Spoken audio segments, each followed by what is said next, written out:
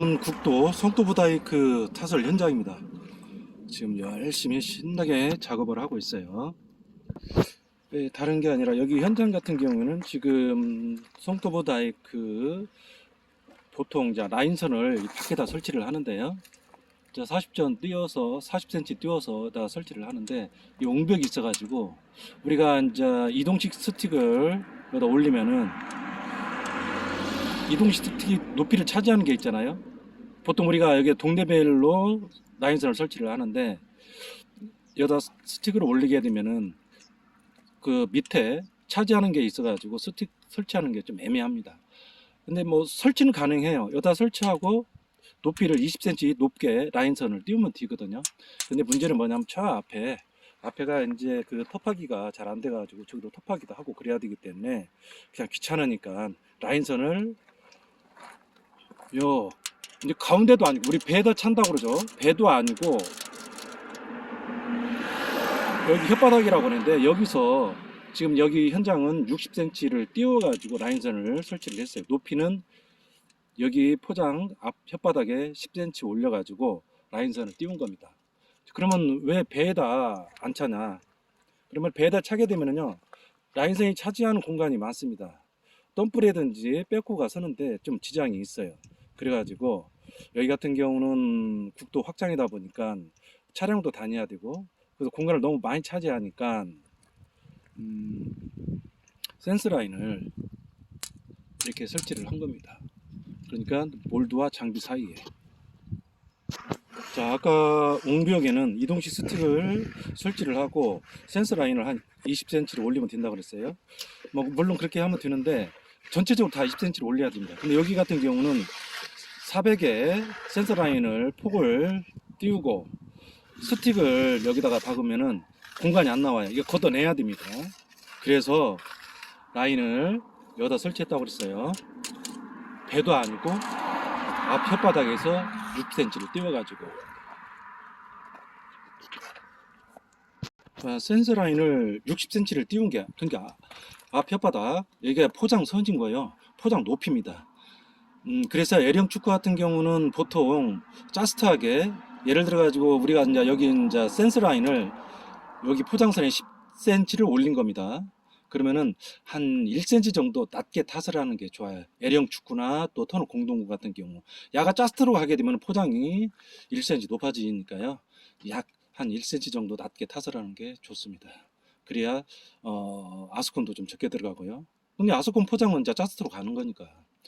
자, 제가 60cm 여기 라인을 60cm 띄운 이유는 어, 몰드 보강판 몰드 보강판을 좀 계산을 해가지고 60cm를 띄웠습니다. 근데 제가 보니까 여기 앞에 포장선에서 한 50cm만 띄워도 될 것 같아요. 근데 곡선이 심한 부위는 잘못하게 되면은 이 보강판이 여기 스틱에 닿을 수가 있어요. 여기. 그렇기 때문에 커브가 완만한 데는 한 50cm를 띄워도 충분할 것 같습니다. 여기는 지금 60cm 띄웠다고 했어요. 앞 포장선에서 센서 라인 60cm. 자, 이렇게 작업을 하려면은 이 센서들이든지 이런 게 여기에 맞게 구조가 돼 있어야 돼요. 뭐 이렇게 하려고 해도 센서대를 뭐 움직이도 못하고 달지도 못하고 그렇게 되면은 안 되겠죠. 몰드 정면인데요. 작업을 하다가 문제가 생긴 겁니다. 작업을 하다 중간에 이 호스 하나가 터졌어요. 지금 이렇게 보면은 잭을 빼놓은 겁니다. 커플링을 빼놨어요. 얘가 이제 터져가지고 오버히트를 하기 때문에 얘를 뺐어요. 얘가 어디치 바이브레이터 냐면은 뒤로 한번 가볼까요?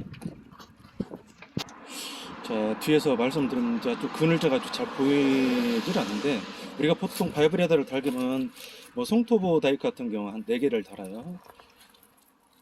자, 이쪽 부위다 하나 달고 여기다 하나 달고 여기다 하나 달고 여기 곱빙에 우리가 다이크라고 그래요. 턱 여기다 하나 다는 겁니다.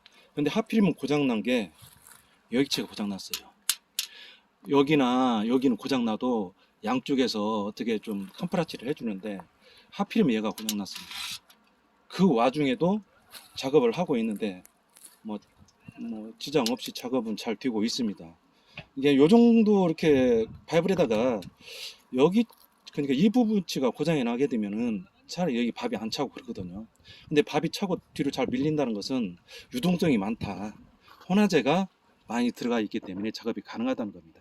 만약에 이게 뒤로 밀리지 않고 유동성이 없으면은 이 몰드를 들어서 바이브레다를 다시 교체를 해야 되는 그런 번거로움이 있는데 다행이에요.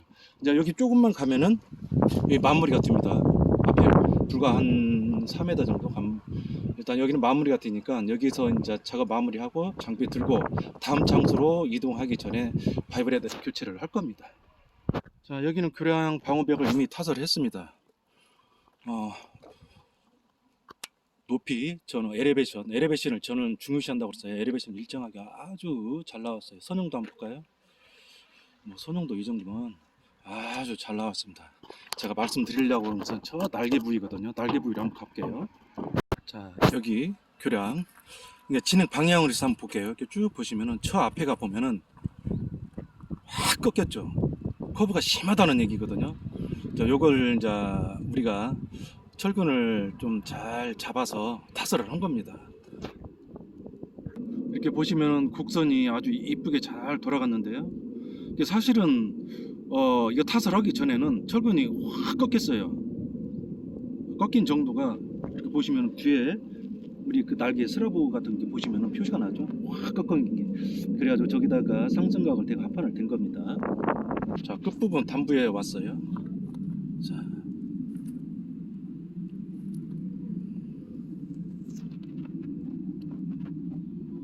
자, 여기 반대편 교량입니다. 이게 진행 방향이고요.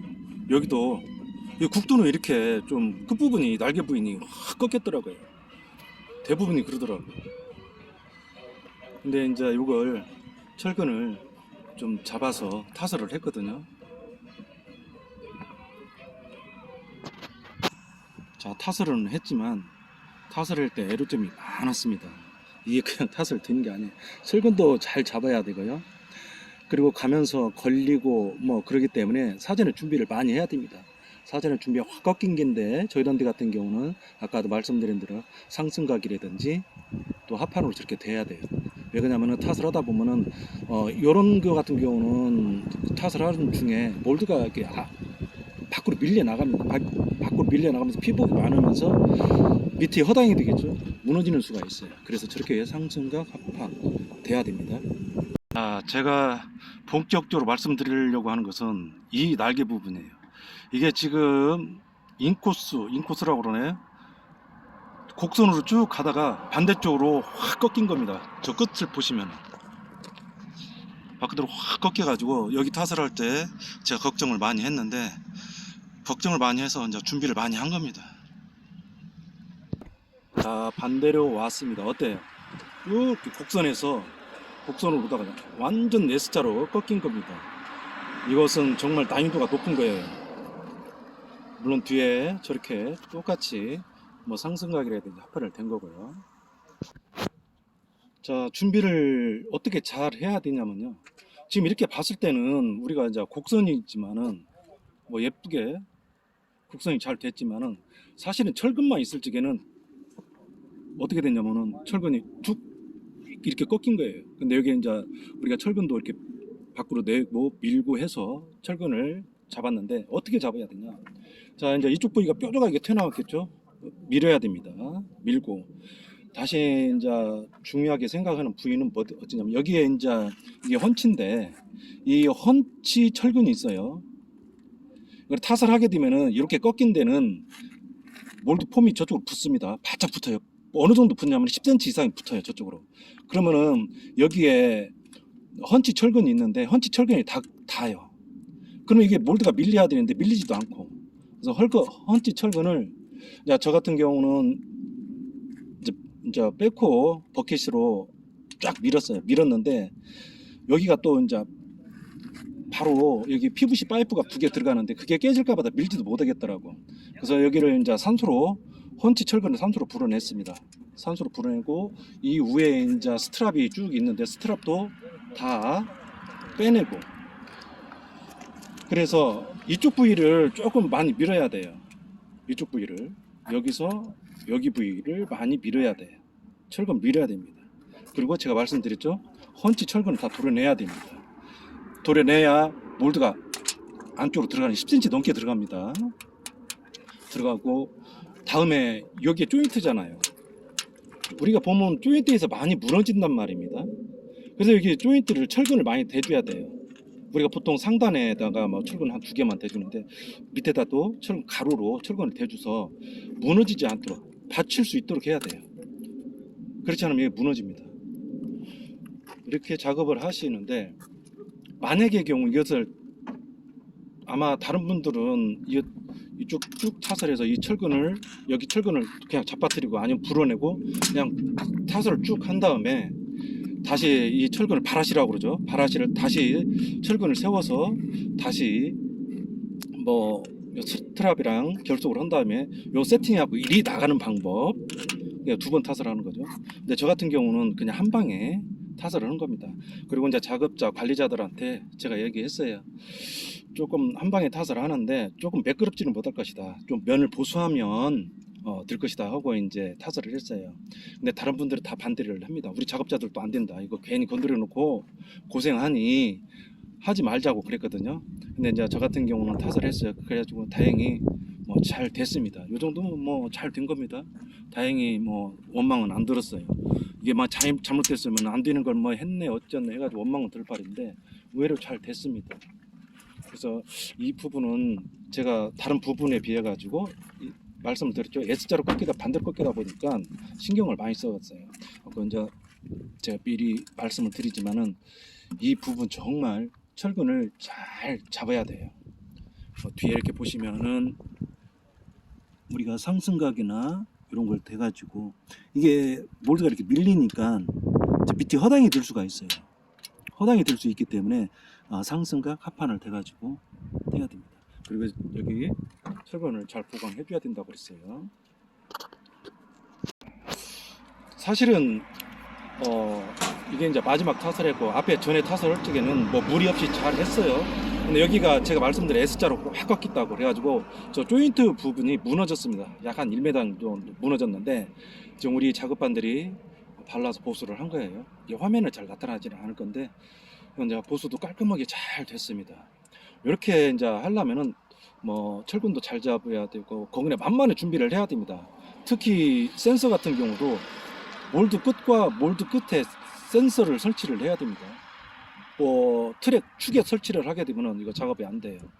그리고 또 여기가 이렇게 커브가 세다 보니까 잘못하면 앞 트랙에 센서 라인이 닿을 수가 있어요. 그런 것을 감안을 해가지고 준비를 철저하게 잘 해야 됩니다. 왜 그러냐면은 이게 이제 타설하다가 뭐 잘 빠져나오면 괜찮은데 중간에 낑기는 수가 있어요. 철근에 낑기고 나오지도 못하고 들어가지도 못하고 그런 상황이 발생하게 됩니다. 그렇게 되면은 몰드를 해체해가지고 몰드를 이제 다시 백으로 드러내야 되는 그런 상황이 발생하는 거죠.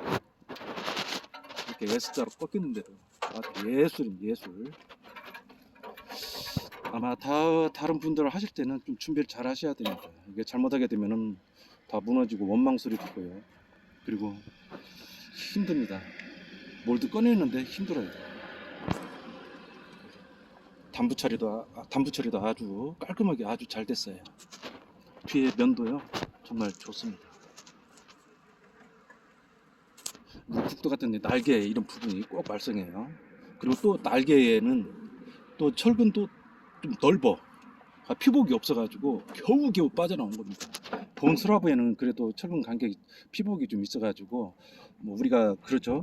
갈비라고 빨래판처럼 갈비도 없이 잘 나왔는데 여기는 뭐 갈비가 많이 생겼어요. 그래도 뭐 요 정도면 뭐 아주 잘 나온 겁니다.